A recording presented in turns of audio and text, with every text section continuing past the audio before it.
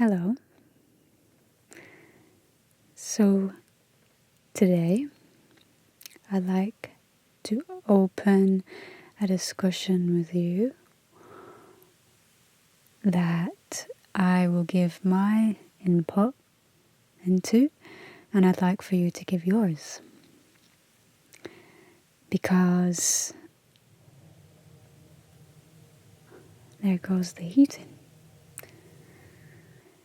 Because I am seeing how important wielding my words wisely truly is.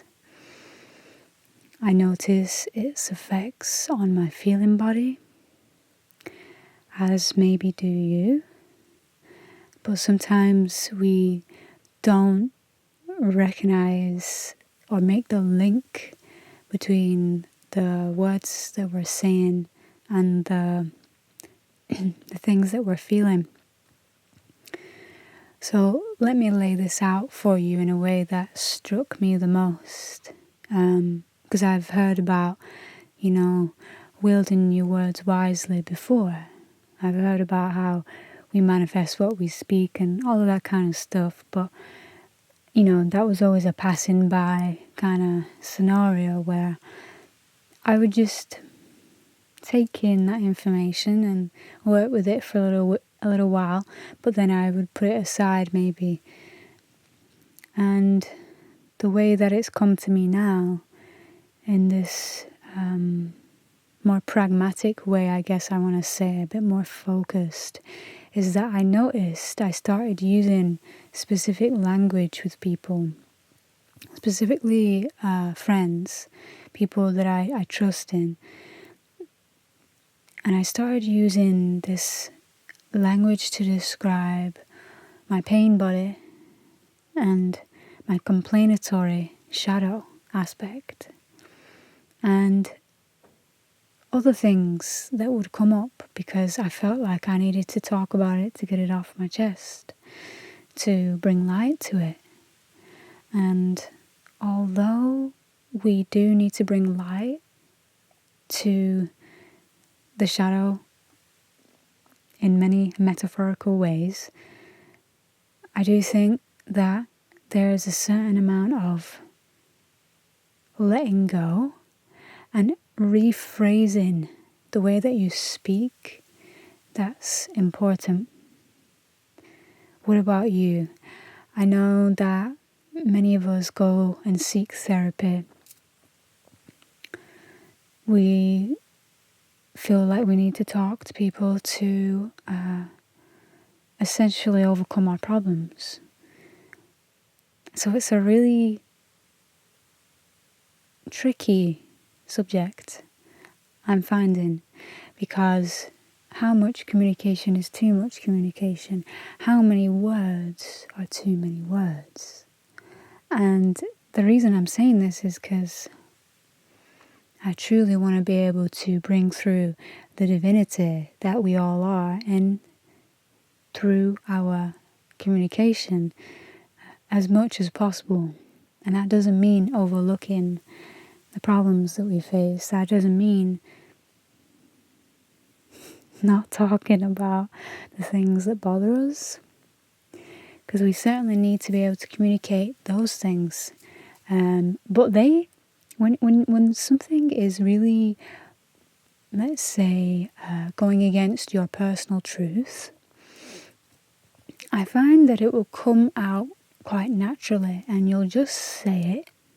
You won't have to be replaying the words that you spoke over and over again in your head.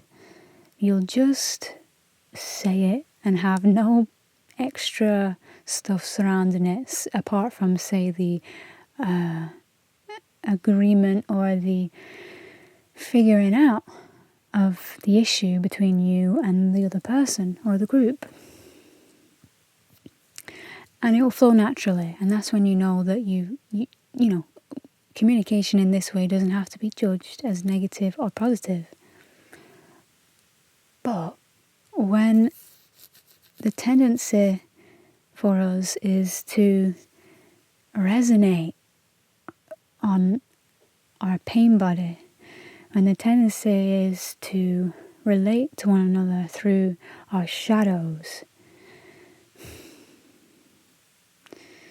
It's a bit tricky to not keep falling back into that.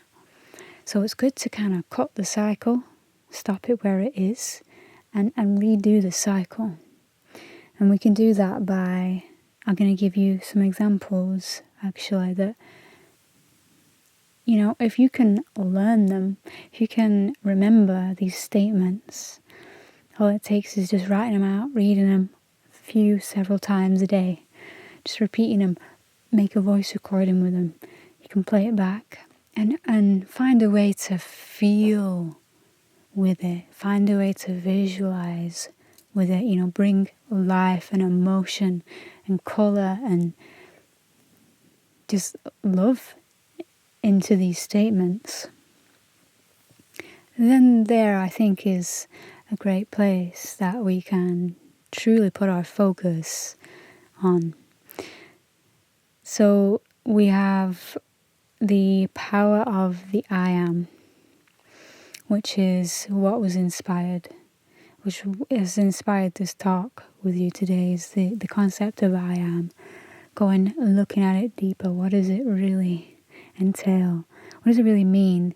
To me, the I am represents the divine source that we all are. It is the divine consciousness that lives in us, as us, and through us.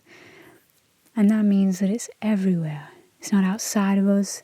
It's not just over there or in some kind of beautiful mansion somewhere or some mountain somewhere. It's in us. It lives as us. But we can only tune into it when we choose a specific radio frequency, and therein comes the power of choice.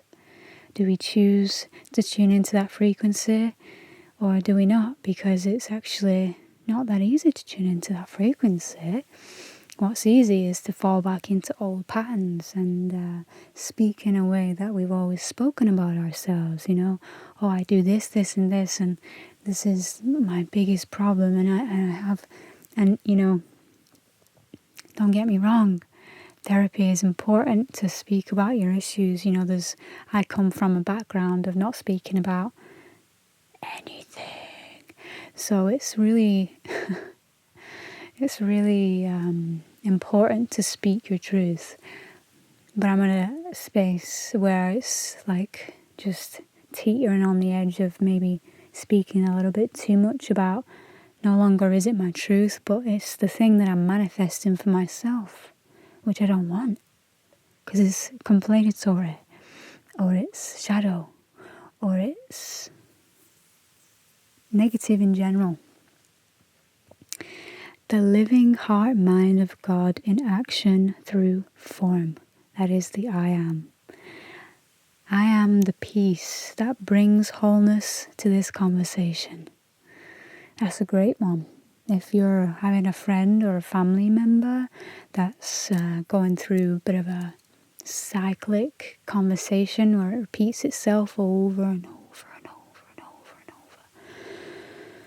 And we're all guilty of this. I'm guilty of this. Sometimes now I'm privy to this. I'm aware to this, of this. And so I change it.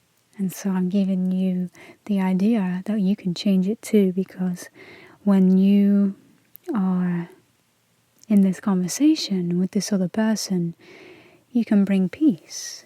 I am the peace that brings wholeness to this conversation. I am the truth that brings light to this conversation. And just hold that and just be supportive to your friend, your family, your acquaintance, whoever it is, your client. Be supportive, but know where you hold yourself. Because let me tell you something, it is easy to get sucked in. And I've noticed when I suck people in as well, I'll do this, like pain body stuff. And they'll start telling me about their pain body, and it's necessary sometimes. Other times it feels like we've made the situation worse because we've dwell in there, but you know what? We never make it worse. We never do. We're always learning. But if we can fast track that learning, or if we can gain some wisdom from those sages that have come and shared their knowledge with us, then we can do well by listening to that. So I am, as I say, is a divine consciousness that lives in us as us. I am is not the ego, because as soon as you get caught up in, alright, so I am the best. I am confident. It can go two ways. You can, if you're like maybe an empath or a sensitive person, be like, that is not true at all. And start listening to your emotions or your errant thoughts that tell you, nah, you ain't the best. You're not all that confident either. Or it can go the other way toward arrogance, right? You can be like, yeah, I'm better than you and you and you and you, right? As examples. Well, that's why the real work in this I am stuff is where we kind of have to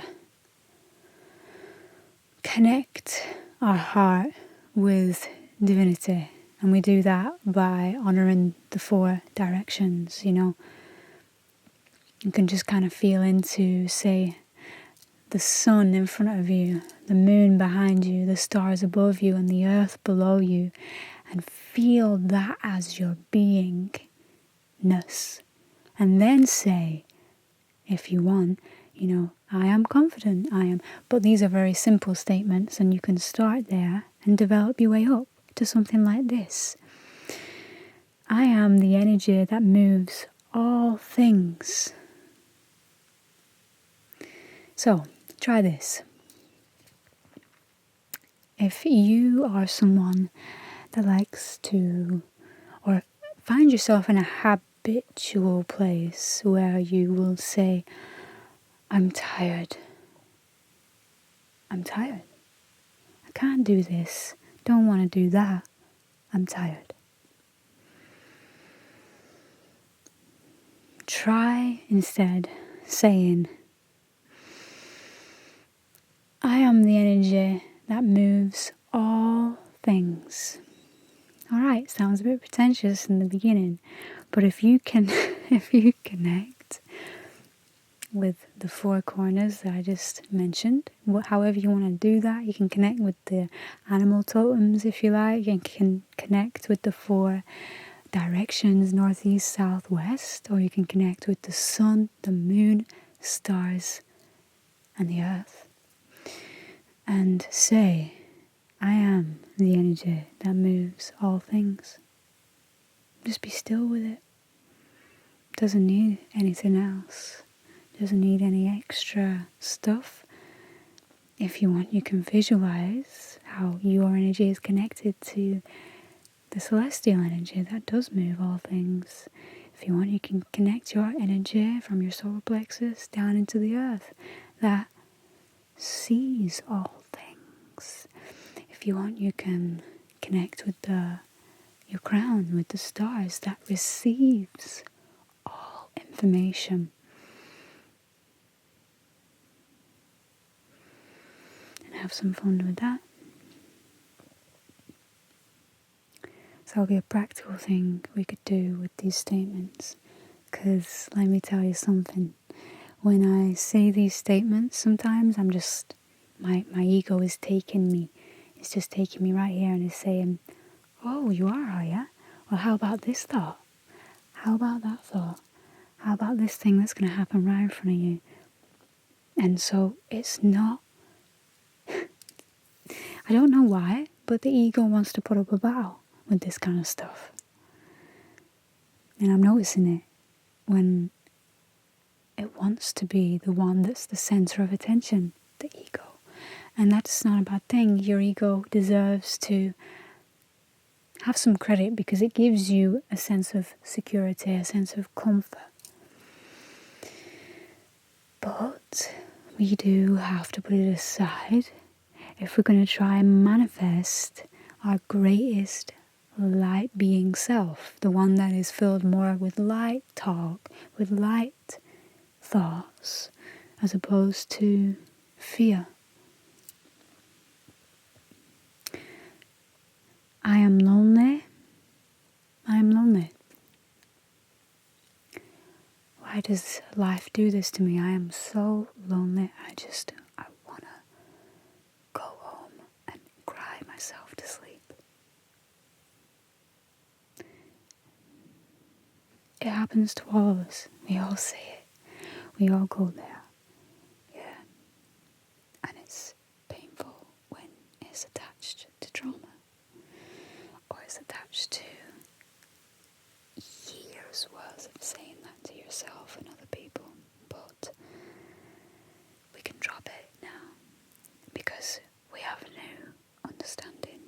We have a new point of focus. So, and that is, I am connected to my native spirit family at all times. This is a very personal thing that for you is going to be different than it is for me. But when I think about my native spirit family, I think about a past life that I've lived where I knew what it was like to be part of a very close tribe of people that told stories around the fire. And when I think about that, and I think about how my life has been a little bit different than that, I become upset, because I don't have the right way of thinking about it. But when I know that I chose this life for a reason, and I planned everything from birth to death about my life, and we're not even going to get into free will here, this is just something that makes sense, but it doesn't. When I go there, it makes me a little bit emotional. I understand. And then, you know what I do when I understand something? I look for ways to enjoy it. So instead of feeling nostalgic feelings for a past that I don't even know, like logically, if it actually existed, I go into a space of this. I am connected to my native spirit family at all times. And there again, maybe I visualize them with me, around me.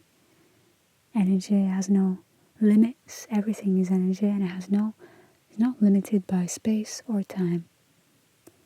It is all things connected. It is the unified field of consciousness that creates all things. And so, I am connected.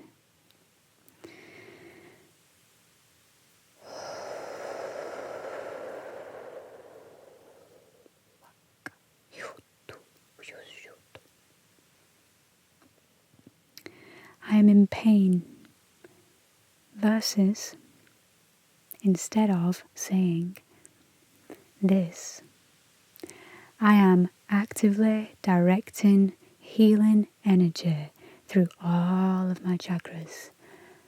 Someone says, how are you doing? I'm actively directing energy through all of my chakras.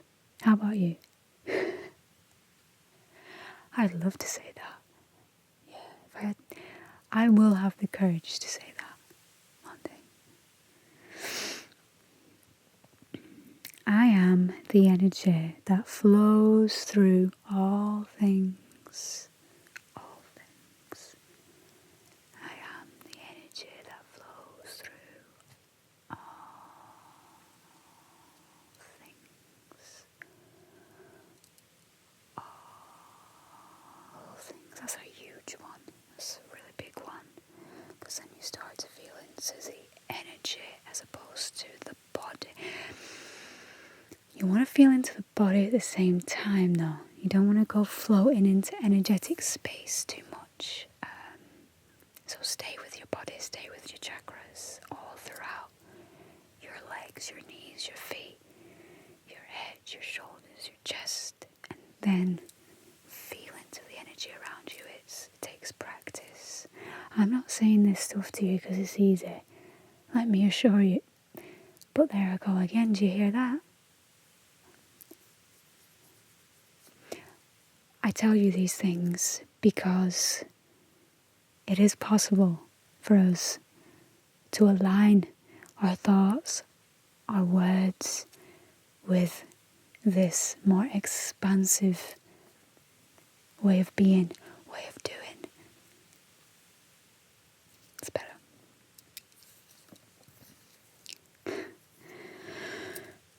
I am the love, the way, and the truth. I am the love, the way, and the truth. I am the love, the way, and the truth. That one goes deep for me. For all of us, it may go very deep if we're in any kind of shame body at all. If you're attacking yourself and you're not able to feel into where truth is at. Excuse me. Repeat this. I am the love, the way, and the truth. And just sit with it for as long as you can. Just sit with it. Just allow your mind to pull it apart if it needs to, but come back to it again and again.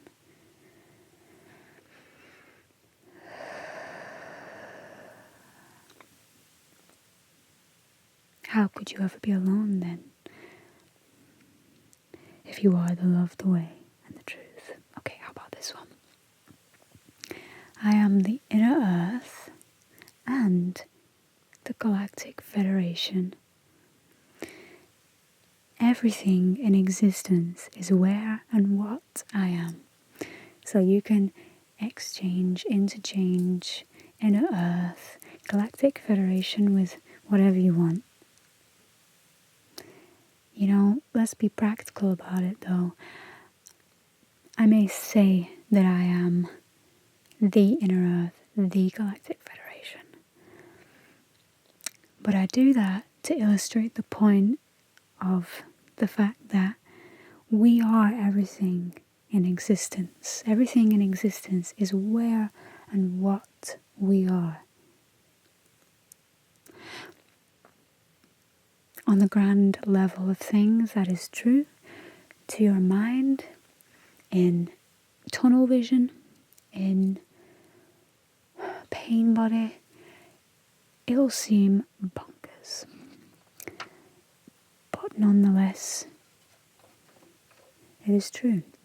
I am the joy that runs through all things, which transmutes chaos into light. Everything that's going on in the collective right now, if even just 10 of us in the whole world were to say, I am the joy that runs through all things, which transmutes chaos into light.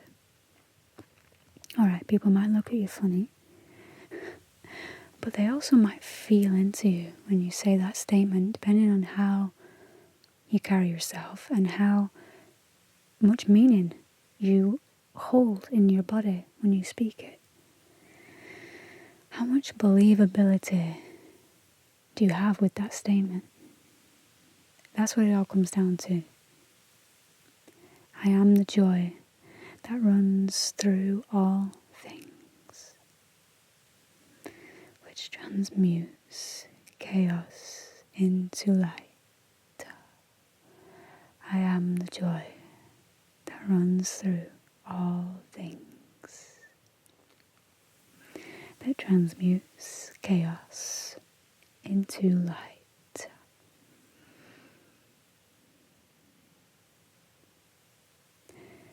It may take a few practices. It may take you repeating it all day long, several days, Just find ways to do it that keeps you